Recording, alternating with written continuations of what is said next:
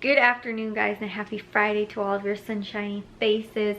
Thought I'd show you guys a little update on the what's it called, our plants that we've had growing, and our carrots, guys. One of the carrots is doing awesome right now that we are regrowing from food scraps, basically, which is doing really good. But guys, I swear, I felt like I got a lot done for today, so I'll show you guys that in a second. But felt like I got a lot done for today. I actually, guys, I made homemade bread in the bread maker and it turned out awesome. I was so happy about it. It is, I think, only the second or third time I've used our decently expensive bread maker that we got. We got a Cuisinart, and it was like, it's one of the better rated like Cuisinart bread makers on, like, I think it was like Consumer Report or something like that. But I did a lot of my research before I went into buying like this bread maker.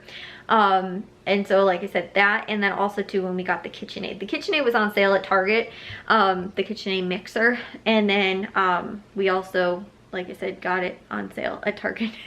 But I did a good amount of research too, and I think it's the professional series, which is normally more money, I think, and it has a larger bowl capacity than a lot of the other like KitchenAid mixers, and I got it super cheap too. I think it was like half price of what it normally was. So it might have been an older model, which might have been why, I don't know, but I know it was like, we got it a few years ago at Target. I think it was like their Christmas and July sale or something like that. But like I said, it was a really good deal. It was, I think we paid $200 for it, and it was normally like either $400 or $350 or something like that. So we got a pretty good deal on it. And the Cuisinart bread maker, I want to say it was also like $200, which I don't think was on sale. Maybe it was on Amazon. It was like either $100 or $200, something like that.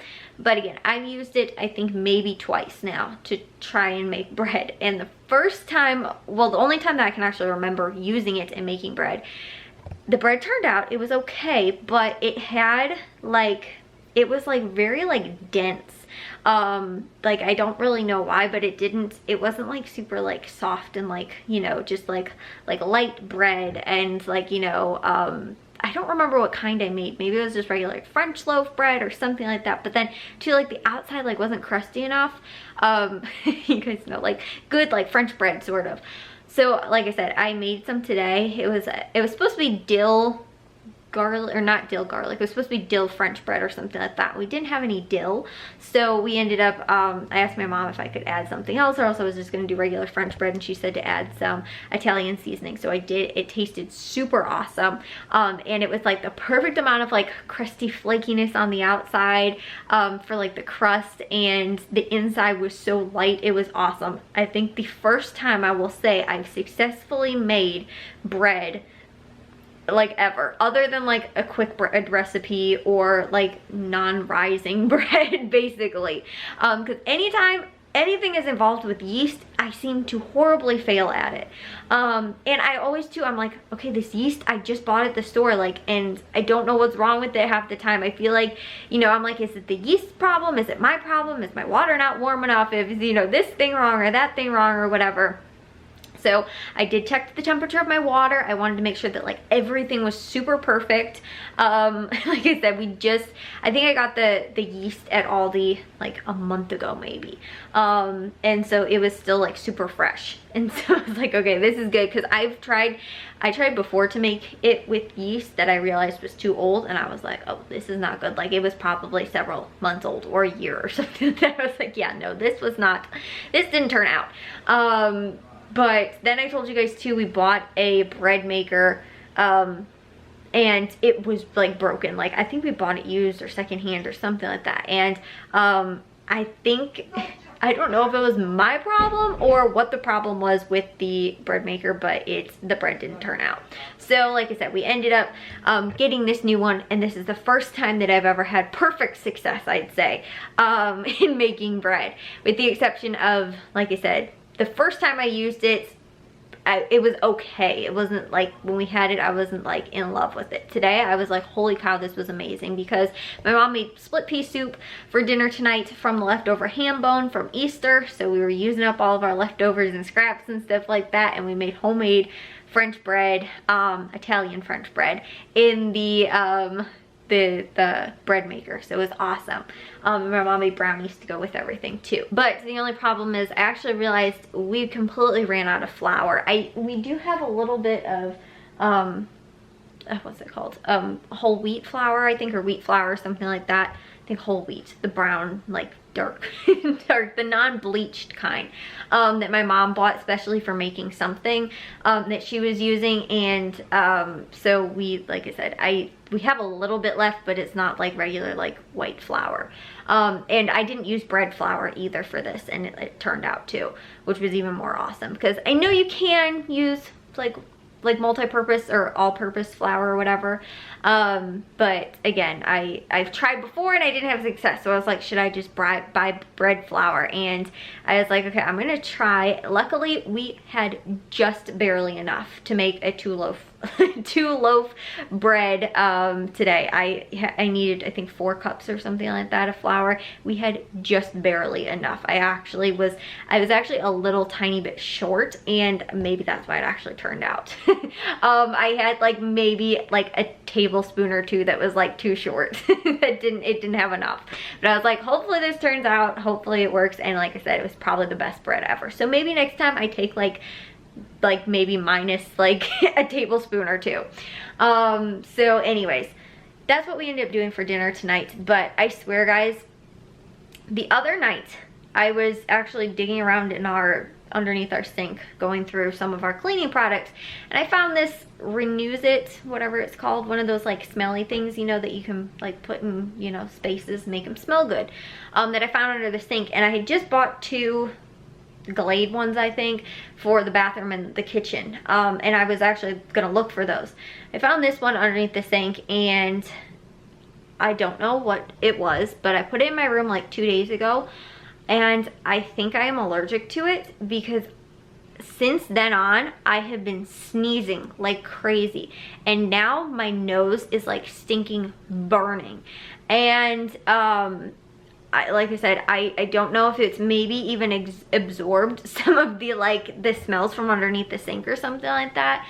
But most of the day yesterday, and then like all day today, I have just felt like garbage, because my head feels like, I don't even want to say I'm congested, but like, I don't know, something in my nasal passage, my sinuses or something is totally screwed up. And I spent almost the entire day out of my room, and I actually moved that out of my room, and I was like, I'm gonna put this in the bathroom and see if this helps. And then I went back in my bedroom later this afternoon, and I have felt way better, but I think that I just did some type of damage to my nose. And like I said, I've been sneezing, and like my nose has been like crazy, and like everything, and like it's all in my face, and my eyes feel like sore. I don't know if it's that, or if I've just had way too much like screen time too, because obviously we're home and quarantined, and I've been staring at screens pretty much, either if I've been editing or uploading and stuff like that, or watching television. But my eyes, a lot of times if I get too much screen time, I get really like red, like watery sort of eyes. But then at the same time too, I feel like it's allergies, because my eyes have been watering so much along with that, which normally only comes when I get seasonal allergies. So I truly feel like that's what it is. But I have felt like poop in the last, like, pretty much almost most of today, especially early this morning, and a lot of the day yesterday. Like I said, I left and was out of the room for most of the day, and pretty much I'd say from like 6 o'clock onward, I've almost felt completely fine. But before that, I felt like pretty much garbage most of the day today. So like I said, it stinks. But yeah, like I said, I think it's finally like gone. But I woke up actually and was sneezing in the middle of the night, and I didn't really put 2 and 2 together until like today. And then I was like, okay, I'm gonna get this out of my room. I'll put it in the bathroom, because it still smells really awesome, and it's like raspberry scented. But like I said, and when I, you know, the bathroom door, I guess, is open, because my bedroom door I normally leave closed. So like obviously that smell is staying in my room, and it's, you know, not super strong. Like normally I've never smelled one of those things that are super insanely strong like this one is smelling like. So I don't know what it is, but like I said, I've just like, my whole face feels like it's been hurting for like 2 days now. So I think that's what the problem has been, and hopefully it's like nothing else. But we also too had probably an inch or two of snow, maybe even a couple inches, that hung around all day today. And I told you guys too, I get all like just really like off and stuff like that when we have like a change in temperature, where last night was actually kind of warm, and like yesterday it was like in the 40s or so, and then today was like 30s, and the snow stayed on the ground, and it's I don't even know if it's still, yeah, it's still on our neighbor's roof, I think. Like it's still like there's still snow on the ground. Tomorrow's supposed to be a high of 55, so now we're gonna get really warm weather. And normally once we get warm weather I start feeling good again, which is weird because like normally it's the allergies kind of the opposite way. But I think that it's genuinely from our furnace running, that when it kicks back on and it's been off for like a day or two, you know, like I'm fine, and then it kicks back on. So I don't know if it was that, a combination of it, but like I said, I just today was not a good day. So I uploaded this morning and I got to a couple loads of dishes actually, I think, but other than that I hung around upstairs and in the living room for most of the day today, because I was like, I'm gonna get out of my room and see if that's what the problem was, and I started feeling better then too. But I did have some soup. I didn't have the lentil, or I had lentil soup and not the split pea soup because it had ham in it. But I did have some lentil soup with some of that awesome bread, so maybe that's what helped too. Anyways guys, I will show you guys real quick. I'll show you guys our carrots. I'll show you guys the other stuff coming in tomorrow, just because I'm in here and I'd have to go turn the light on. But these are our carrots that are coming in. I showed you guys we started these basically from food scraps, and they are doing awesome. These ones are still just like little baby sort of. This one's all of a sudden starting to real quick grow up. You guys see, look at how long those beautiful roots are. I am so happy for this little guy that's doing so well.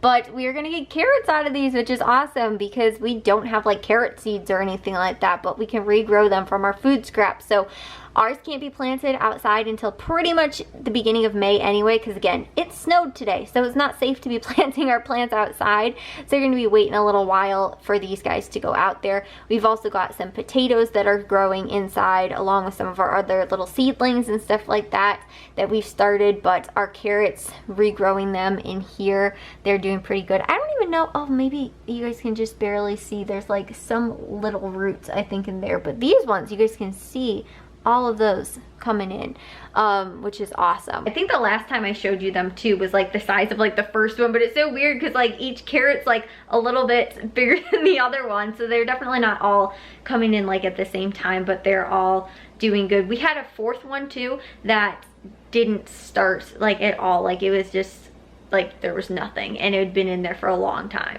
So I don't know that it never would have, but my mom was like, let's just not waste our time with this one.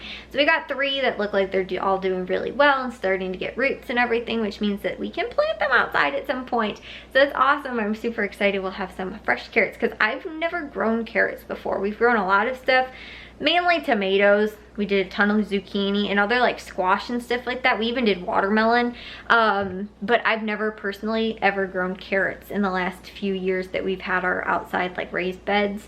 So yeah, now that we have these, I'm like, oh my gosh, this is super exciting, because like I've never really seen how carrots like grow, I guess.